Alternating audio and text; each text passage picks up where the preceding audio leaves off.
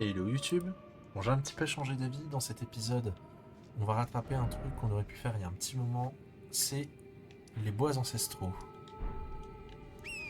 Hop, ça devrait pas être trop long. Je vais complètement oublier cette zone. Normalement, on devrait vraiment rouler sur la zone, hein.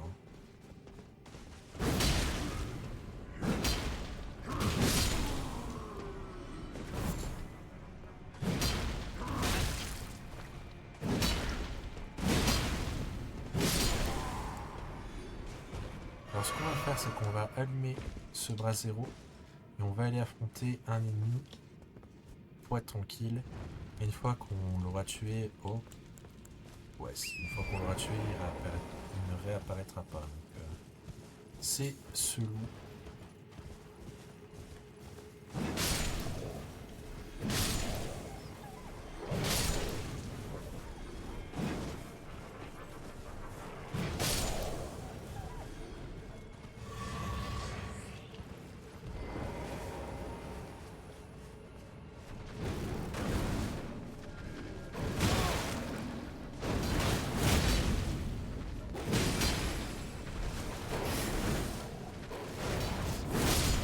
Et voilà.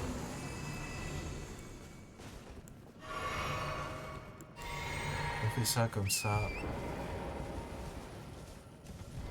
Et si on active ça, on va aller tuer du coup les deux scarabées. Alors ici, il y a moins de bras zéro que dans la Siofra. Il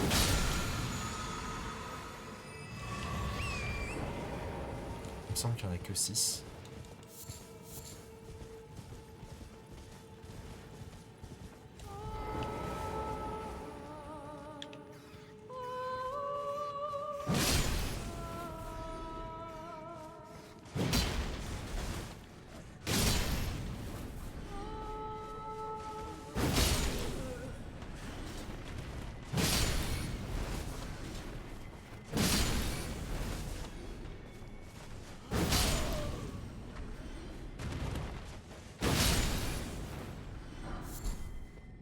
Ok. Ici, une cendre de guerre. Ici, un bras zéro. Alors, il y aura une zone à aller explorer. Je la ferai après avoir allumé tous les bras zéro. C'est la zone qui est là, juste derrière. Parce que si on descend, si on descend, on peut pas remonter. Donc, je préfère faire un objectif à la fois. Donc là, vous voyez, c'est les différents. On va voir bientôt les différents bras zéro.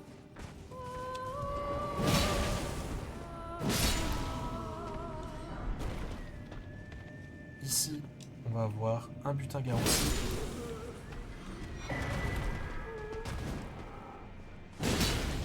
Le bourgeois comme lumineux.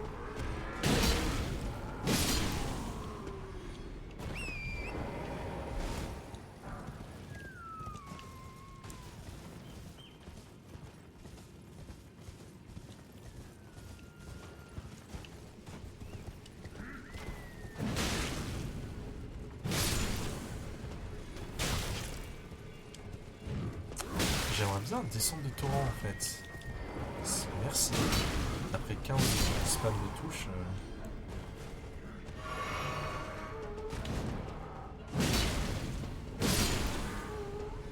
Ok.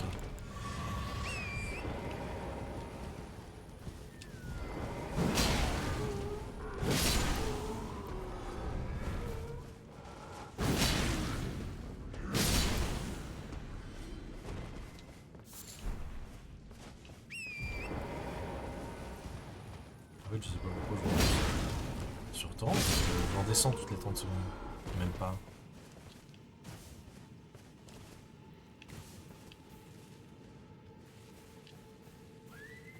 Je pense pas que je puisse toucher les deux. Ah si.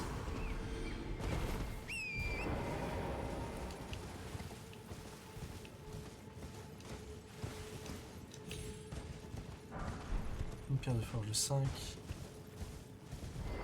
Ici, encore un bras zéro. On va allumer tous les bras zéro et ensuite on ira explorer certains endroits un peu planqués.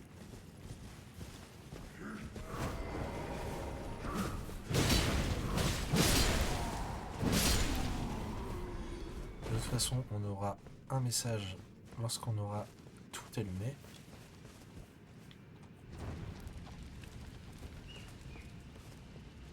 Il m'en reste un.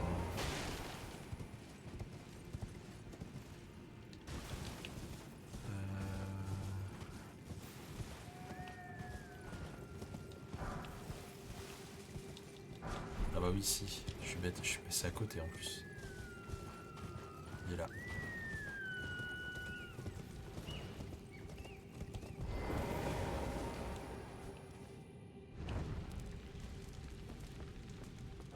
Voilà. Alors on va commencer par la première zone.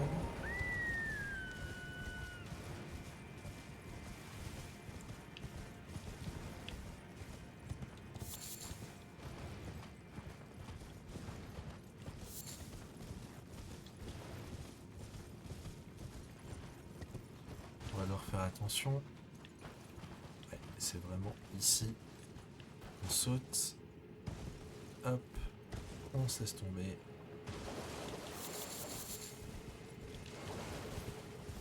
Ici, un muguet 5. Une rune 12. Des papillons naissants. Et là, c'est parti pour faire de la spéléo. J'ai pas super confiance en torrent. Hop.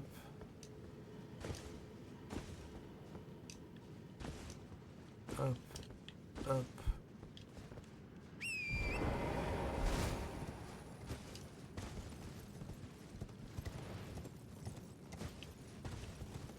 Hop. Hop. Hop. Et on a une chamane à affronter. Elle va nous donner un barrière.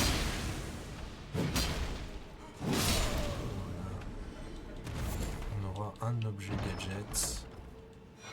Voilà, la tête de progéniture ancestrale, c'est pour faire comme elle, là, avec leur crâne. On retourne aux bois ancestraux. Il nous reste une petite zone à explorer. Vraiment, la zone n'est pas grande, j'aurais pu la caler dans un autre épisode, je pense. Je sais pas.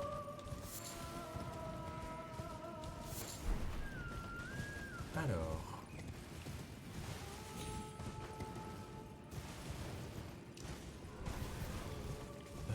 que je me rappelle comment on y va, c'est là-bas, je pense.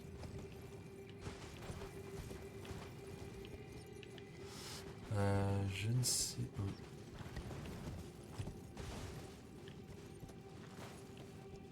Attendez, j'essaye vraiment de me rappeler.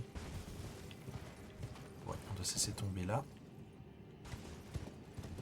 Faites attention aux aigles et à la caméra qui nous fait des trucs bizarres.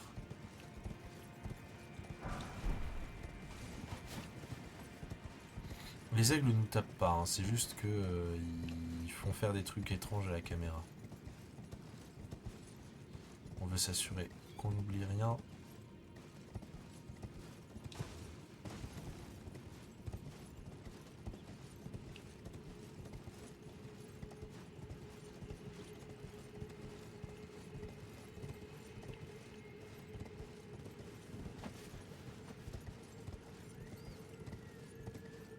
Ok. Ici, on va se laisser tomber sur cette petite corniche. Oh, c'était juste. Puis ici.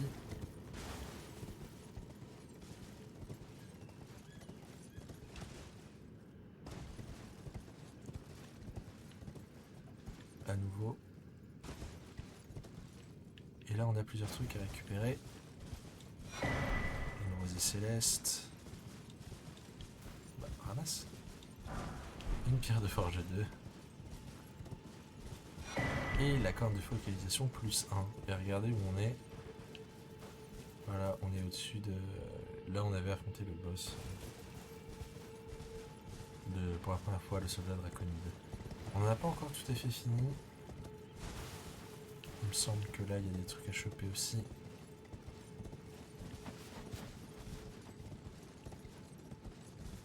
Je vais pas sprinter. On sait jamais.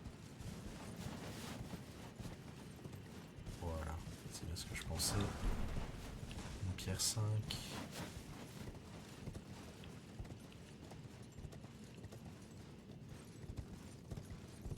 Et là, normalement, en faisant un petit peu de spéléo, on peut atterrir sur la colonne qui est là et aller affronter le boss. C'est l'un des chemins alternatifs. Voilà. Voilà. Donc, je pense qu'on en a fini. Ici, on va aller se téléporter une fois de plus à cette grâce. Et on va aller se battre avec le boss qui est un match retour. Cette fois-ci, il est un petit peu plus énervé, mais bon. Ça devrait pas nous poser de problème. Surtout si vous faites des dégâts de feu ou des dégâts sacrés. Ça risque d'être un no match.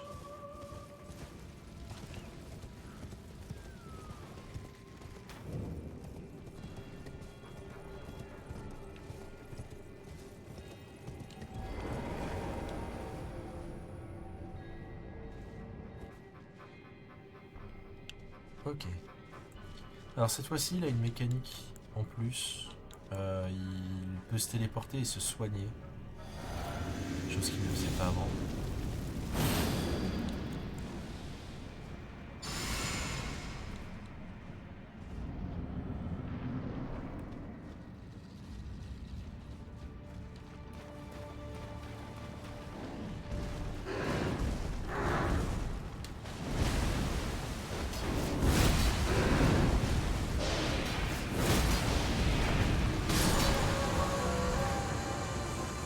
C'est allé très vite.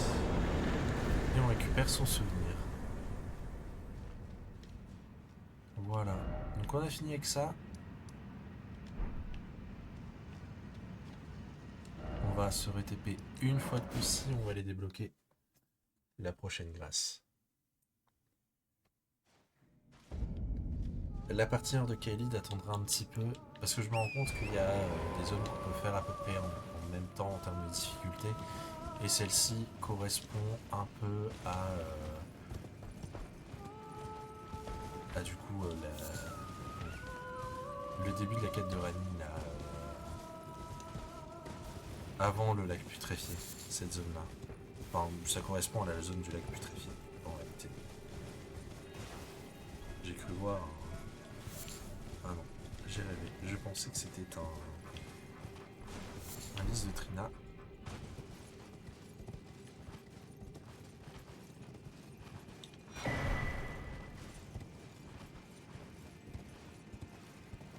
Alors. Hop.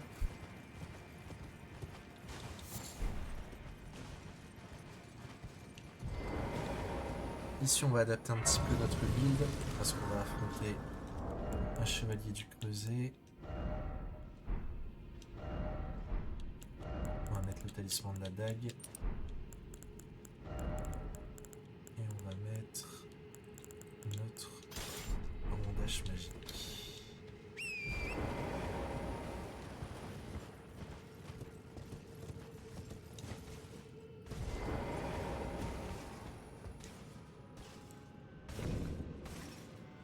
Salut.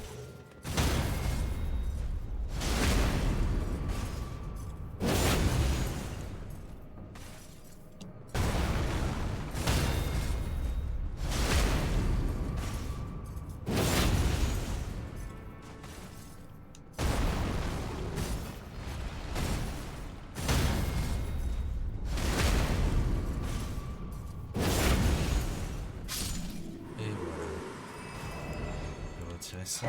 Ça, on peut remettre ça. On récupère le bouclier de chevalier du creuset.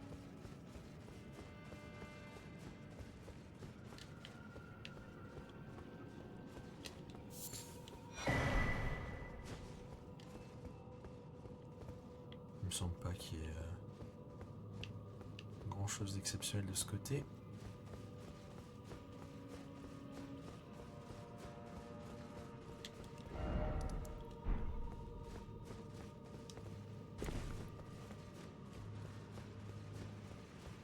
On l'a vu, hein.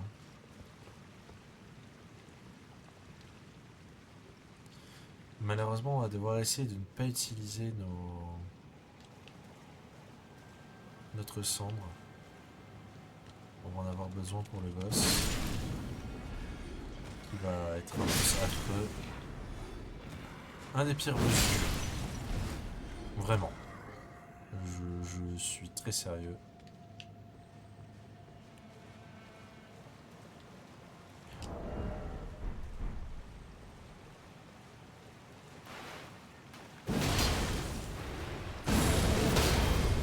Ça passe.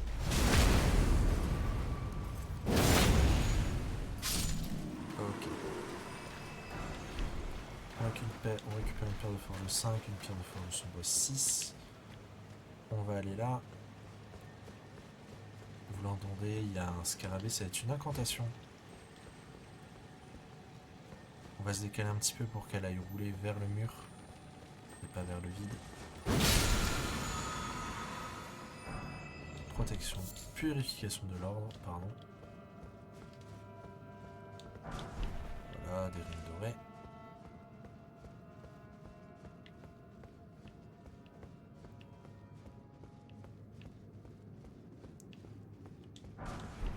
D'accord.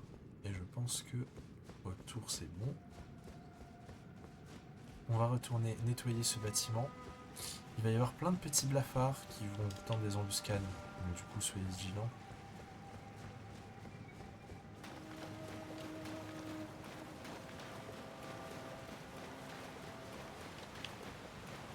Derrière la cascade notamment. Ce qu'on va faire pour éviter d'être embêté, on va faire ça. Voilà. Ils nous ont entendus, donc du coup ils vont sortir de la cascade d'eux-mêmes. Voilà, ils pointent le bout de leur nez. Le problème c'est que là il y a deux archers.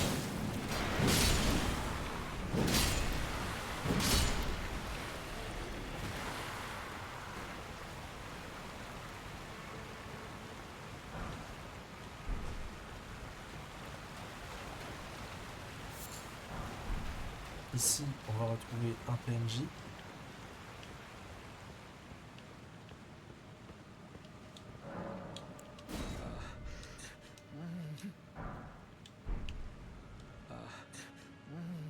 On lui a donné l'armure de D. Et c'est là que ça devient folklore. Ça va être un DPS check.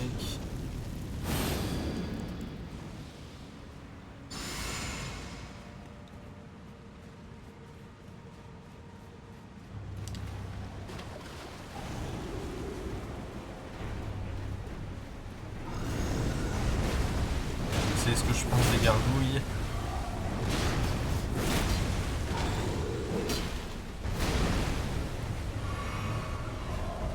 Voilà. Le problème, c'est qu'elle n'est pas seule. Voilà. Voilà. C'est insupportable.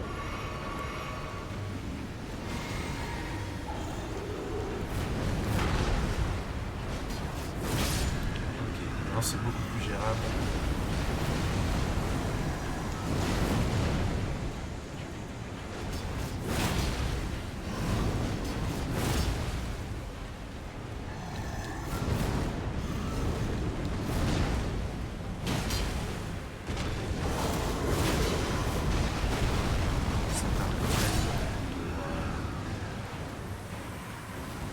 On va récupérer l'espadon de gargouille et les lames doubles de gargouille. Ce sont les deux meilleures armes de gargouille récupérables dans le jeu.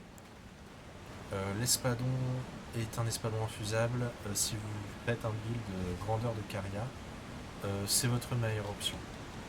Voilà. C'est celle qui a le meilleur scaling en intelligence. Et la lame double, si vous faites un build lame double dégâts de saignement, vous sautez, c'est votre meilleure option également. Là, on va prendre ce cercueil.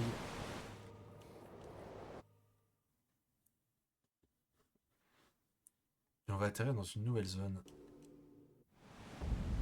Les profondeurs de fond de racine.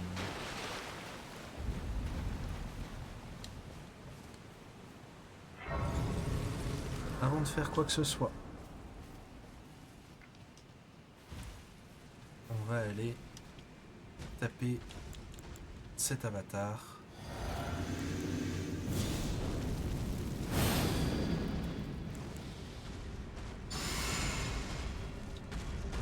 C'est pas un boss.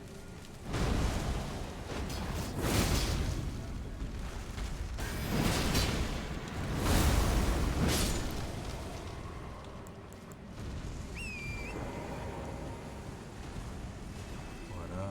Et on récupère son arme. Ici, on va descendre et on va devoir s'occuper de 2 fourmis blindées. La première est là. La deuxième va s'avancer. Pareil, on va faire le tour. Ah,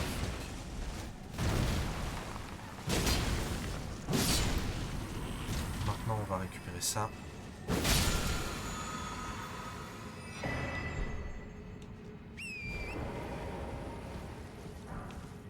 Et voilà.